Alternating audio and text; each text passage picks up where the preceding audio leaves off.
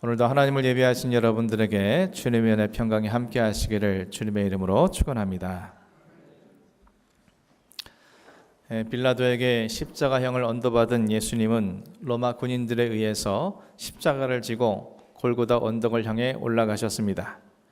하지만 예수님은 체력적으로 십자가를 지고 골고다까지 가시는 것에는 불가능했습니다.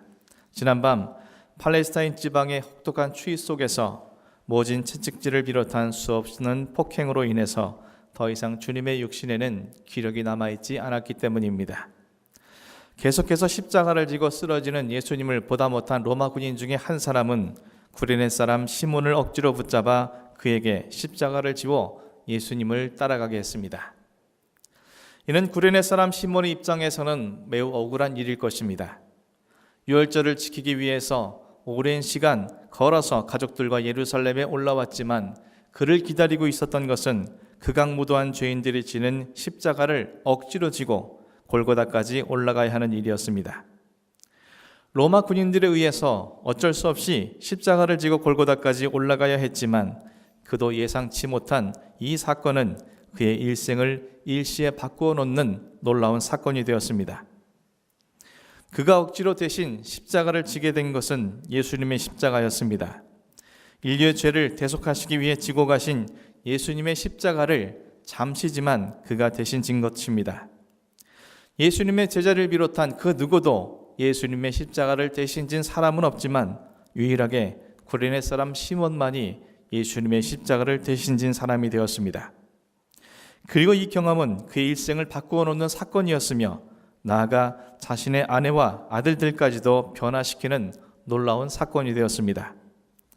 지금 당장 십자가를 지고 가는 이 순간은 힘들고 고통스럽고 수치스럽고 억울하기까지도 했지만 주님을 인격적으로 만난 이후 예수님의 십자가를 대신 지고 갔던 이 경험은 그의 일생을 주님을 따르는 일에 원동력이 되었던 것입니다. 왜 그러했는지 본문 26절 말씀을 다시 한번 읽어보겠습니다.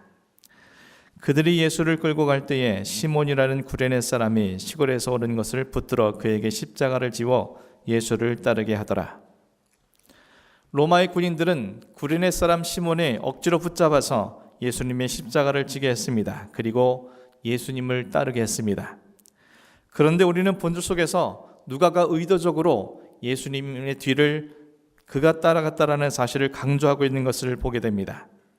같은 내용을 담고 있는 마태복음 27장 32절과 마가복음 15장 21절 말씀입니다. 나가다가 시몬이란 구레네 사람을 만나매 그에게 예수의 십자가를 억지로 지워 같이 가게 하였더라. 마침 알렉산더와 루포의 아버지인 구레네 사람 시몬이 시골로부터 와서 지나가는데 그들이 그를 억지로 같이 가게 하여 예수의 십자가를 지우고. 마태와 마가는 모두 예수님과 십자가를 진 구레네 사람 시몬이 옆에서 같이 가고 있다라고 기록을 하고 있습니다. 하지만 누가는 구레네 사람 시몬이 예수님의 뒤를 쫓아서 십자가를 지고 가고 있다라고 기록하고 있습니다. 누가는 왜 이처럼 의도적으로 예수님을 뒤따라가는 것으로 강조하여 기록했겠습니까? 그것은 누가가 자신의 복음서 9장 23절에서 예수님께서 제자들에게 가르쳐 주신 말씀을 이 글을 읽는 독자들을 통해서 생각나게 하기 위함인 것을 알 수 있습니다. 누가복음 9장 23절 말씀입니다. 아무든지 나를 따라오려거든 자기를 부인하고 날마다 제 십자가를 지고 나를 따를 것이니라. 예수님께서 제자들에게 가르치신 말씀과 오늘 구레네 사람 시몬이 십자가를 지고 주님을 따르는 모습은 정확하게 일치하고 있음을 확인할 수 있습니다.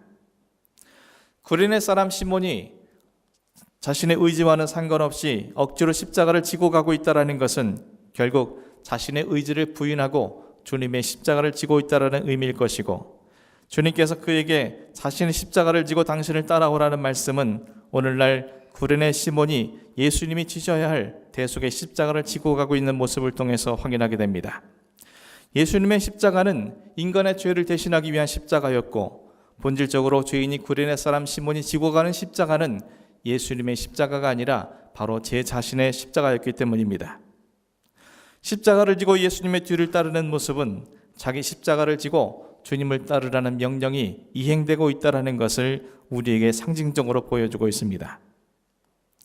구레네 사람 시몬이 예수님을 대신해서 억지로 십자가를 지고 가는 그 당시에는 몰랐겠지만 예수님께서 자신의 구주되심을 깨닫고 사람들로부터 이 말씀을 가르침을 듣게 되는 순간 자신이 십자가를 지고 주님을 따르던 그때를 그는 떠올리지 않았겠습니까?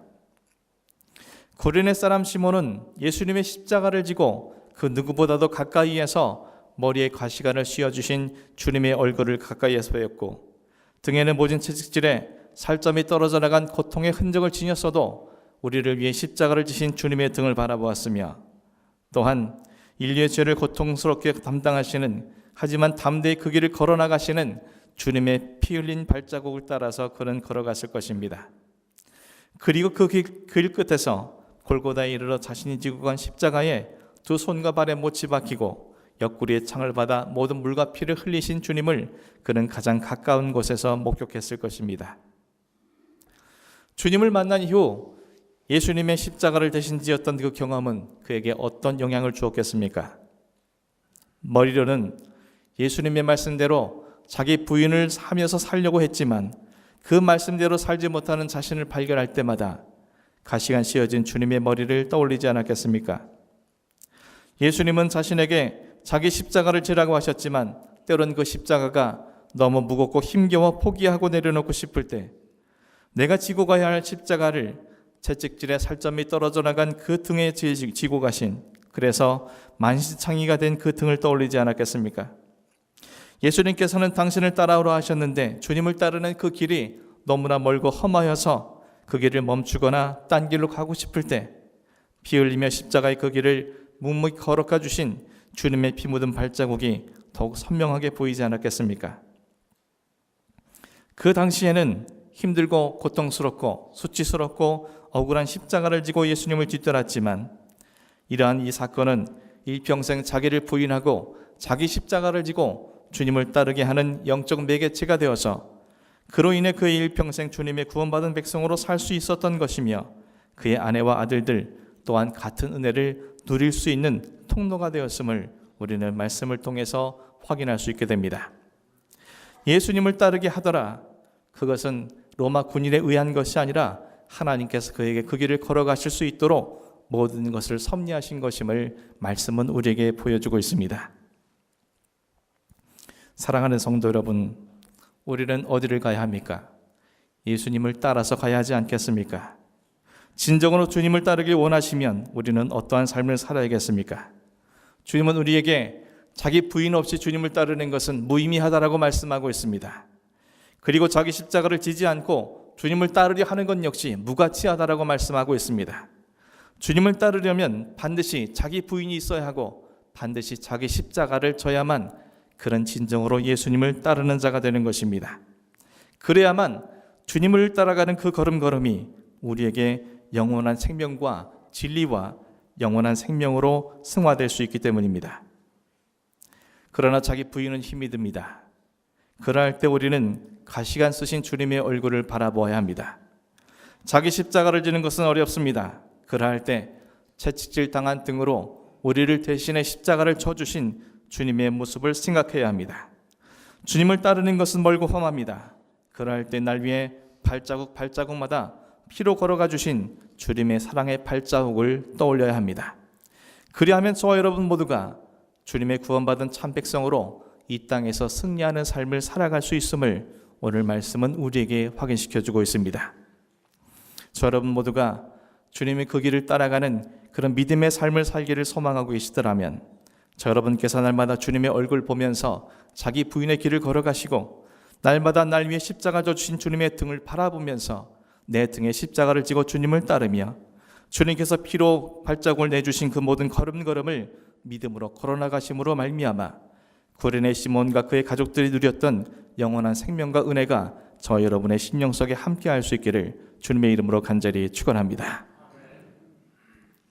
오늘은 항전 직분자를 선출하는 날입니다.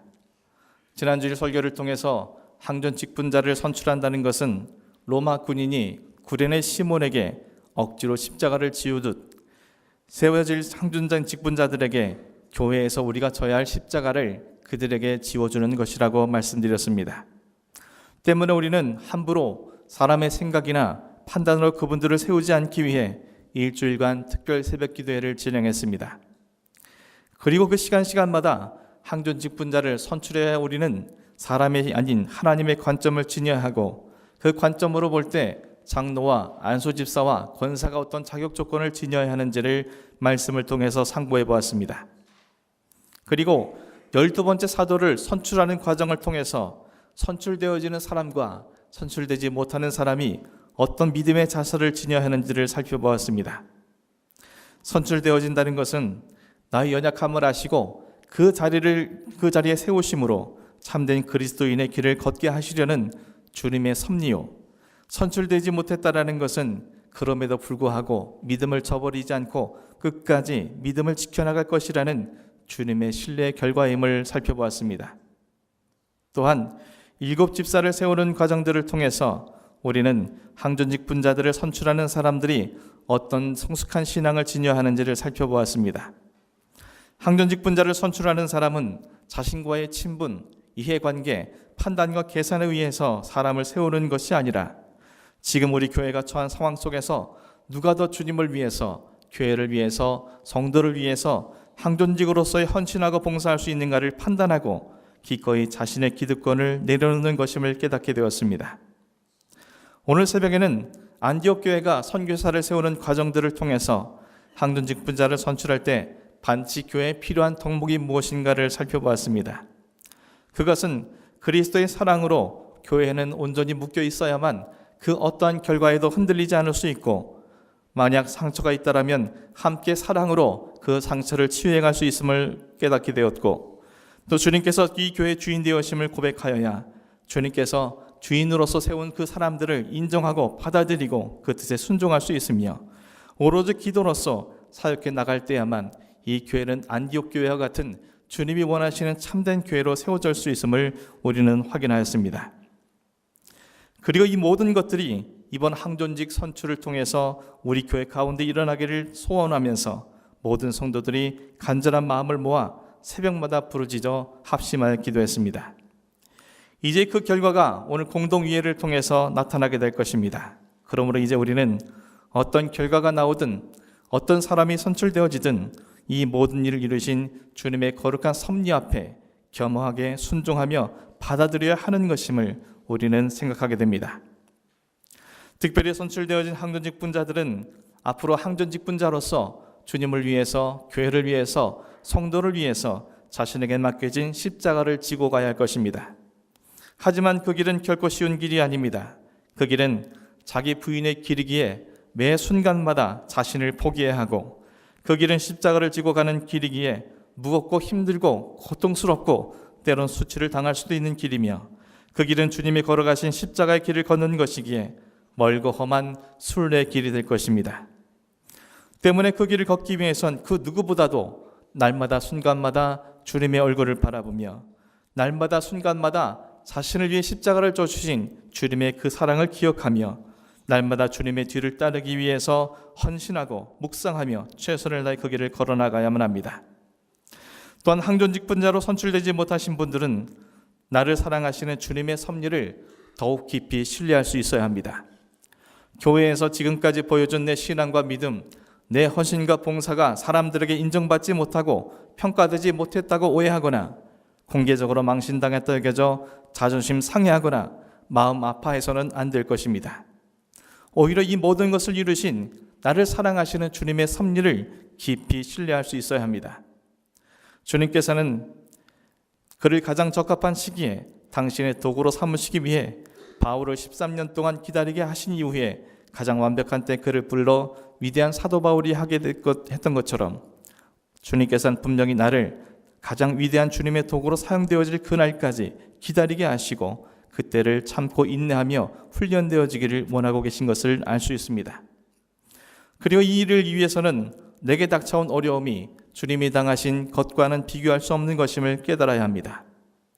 내가 지금까지 교회에서 행한 신앙과 믿음, 헌신과 봉사가 인정되지 못하고 평가되지 못했다 여겨져 경험하게 되는 아픔은 주님께서 하늘 보좌를 버리시고 이 땅에 내려와 당신의 모든 것으로 사람들을 사랑하고 섬겨주고 구원과 은혜를 베풀어 주셨음에도 버림당한 주님의 아픔과 견딜 수 없고, 내가 사람들 앞에 공개적으로 망신당하였다 생각되어져 자존심이 상해하는 아픔도 주님께서 우리를 위해 벌거벗긴 채로 조롱과 침뱉음과 돌맞음과 십자가 위에서 당한 굴욕과는 비교할 수가 없는 것입니다. 오히려 이 모든 아픔의 경험들은 구레네 사람 시몬에게 예수님 대신 진 십자가의 경험들이 일평생 주님을 따르는 원동력이 되었던 것처럼, 이 아픔은 주님을 위해서 더 온전히 믿음으로 살아가게 될 원동력이 되어줄 것입니다. 그러므로 이 모든 일은 나에게 시험거리가 아닌 영적인 성장의 과정이 되어질 것이고, 더 영광스러운 주의 자녀가 되어질 기회가 우리에게 주어지게 되는 것입니다. 사랑하는 성도 여러분, 우리 한 달 전 항존지 선출을 공부할 때부터 이 모든 과정이 그 누구에게도 마음이 상하거나 시험거리가 되지 않고 오히려 이 교회가 영적인 성장과 부흥의 재도약의 기회가 되어기를 기도해 왔습니다. 그리고 일주일 동안 새벽을 깨워 온 마음으로 합심해서 기도했습니다. 이제 그 응답의 결과가 곧 나타나게 될 것입니다. 공동회의가 시작되는 그 순간부터 끝나는 마지막 순간까지 온전히 성령 하나님의 인도하심을 따라 성도로서 감당해야 할 책임과 의무를 다하고 이 모든 것으로 합력하여 선을 이룰 수 있는 그런 여러분의 심령과 마음이 될 수 있기를 주님의 이름으로 간절히 축원합니다.